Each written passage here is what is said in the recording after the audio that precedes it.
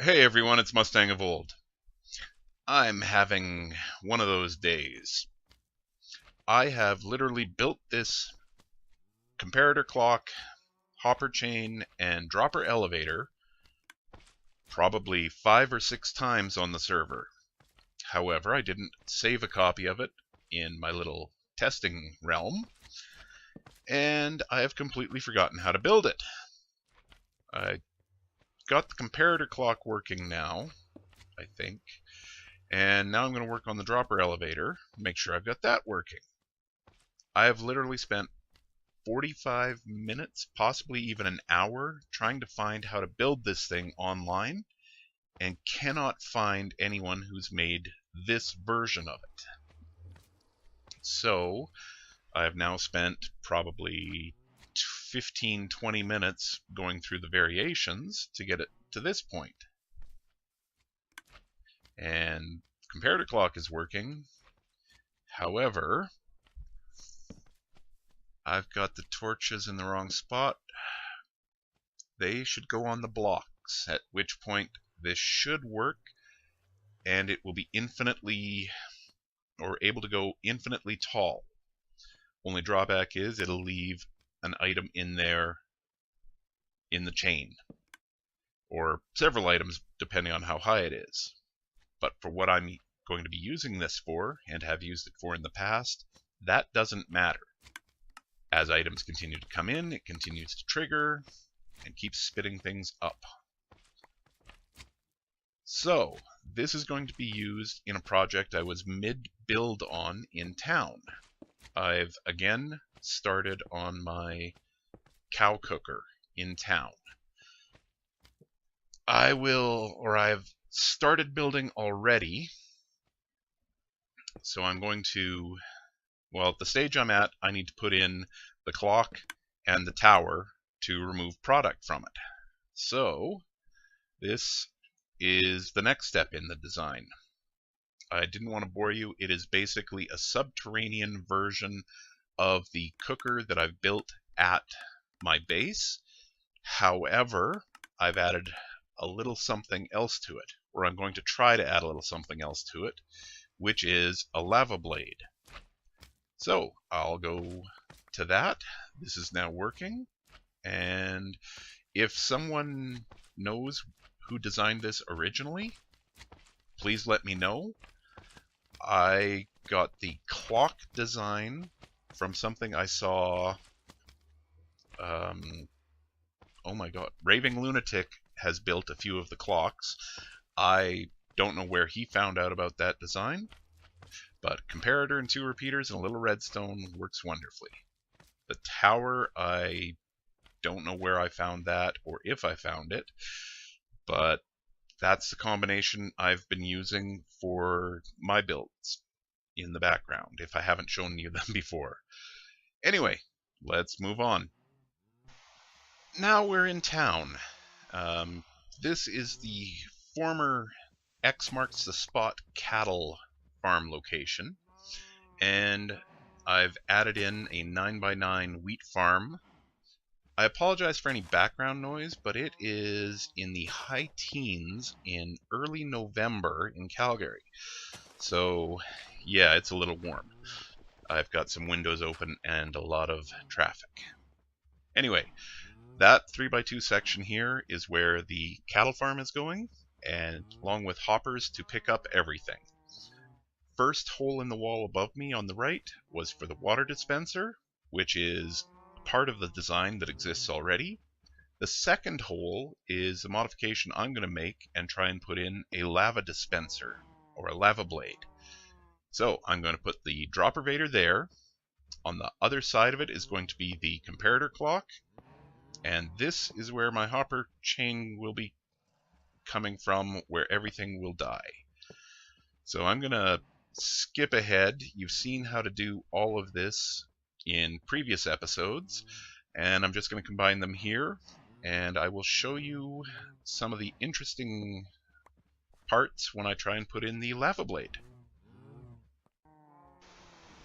I'm about to test this button again. I've done a few tests and created cobble inside. So this is just a test of a 1-button system. Press the button, both droppers activate. Everything is now working, and I did not create cobble inside. That is a big plus. So, what I'm going to do now is I'm going to break through, or drop in, and manually place the lava. And then I'll figure a way out again.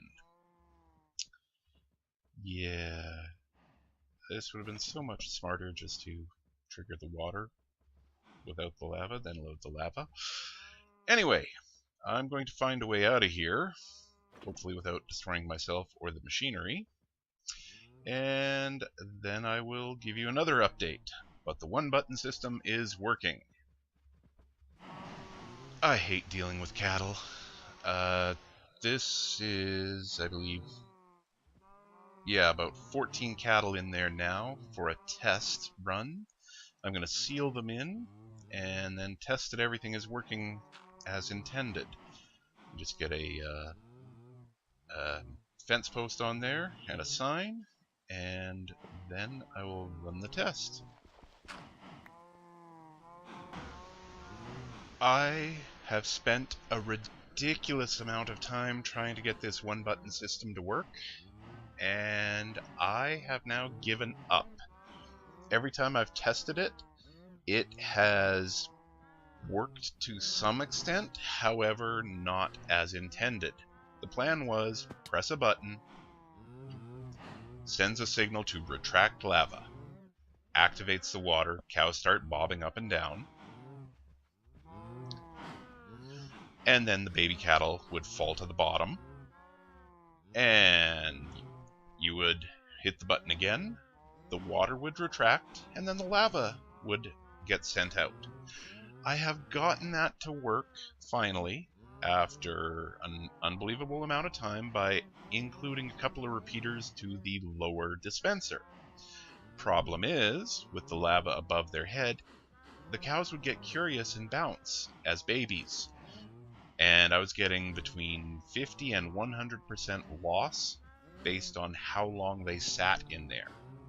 So, this is all getting removed. It worked, however, it worked as intended, but the result did not work. I am going to do something much simpler. I'm going to have this button activate the water, and I'm going to put in another button, well, the components to activate another button to activate the lava, and then I'm going to remove that button so that I will be taking care of the killing portion manually. And that's just going to be simple redstone wired up so that at one spot, if the redstone behaves, it'll be one spot, and I'll just add a button whenever I go to use it. I'll get back to you on a different project shortly after I finish this. Here we have the finished project. Mustangofold's Barbecue Beef Shack. So, not sure if I like the design or not. I think that could just be because of my frustration over the build. What seemed really, really simple and very short project has taken me hours to get completed. The last couple of signs, and it is done. I like the look of the red nether brick. I just wish we could build something besides blocks with it. Same goes with all the prismarine. Hopefully, Mojang decides that instead of adding new stuff, they can just update the existing blocks. But this serves its purpose. I only get about 0 to 25% loss instead of 50 to 100%. So I can live with that. All people have to do is come by, press a button, feed the cattle, press the button to shut it off, and pick up some beef if they need it from here. It'll also generate some leather for a few projects if people require that. I am at Alchemygirl's base for the second bit of my planned projects for the day.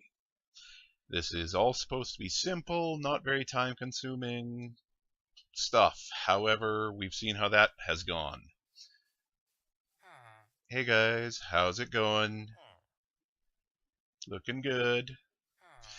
Okay, what I'm going to be doing is clearing out a large portion of this area and putting in a bunch of manual crops so that there is a large influx of materials for the trading hall.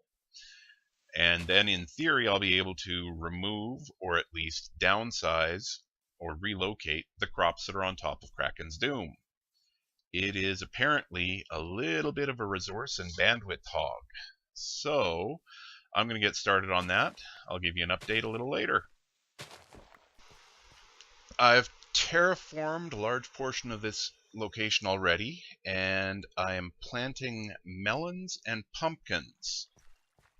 For the moment, I will then add in some farming space in the water just to my right and put in the carrots and potatoes, I believe.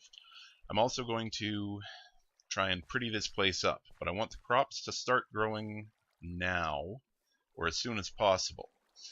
I also plan on adding in some wheat and sugarcane, so I will give you an update once I've got that well underway.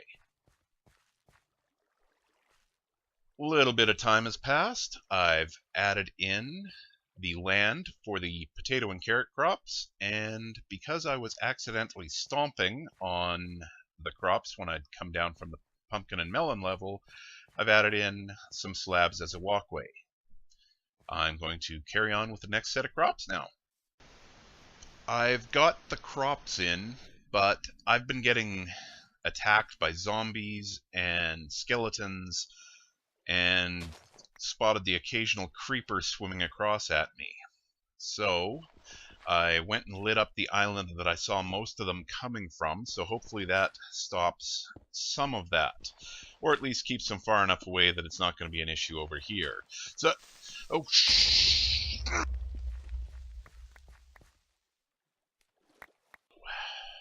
Apparently that did not work well enough, and I let myself get mumboed. I'll be back in a little bit. I'm going to go lay out a couple of stacks of sea lanterns and fix this.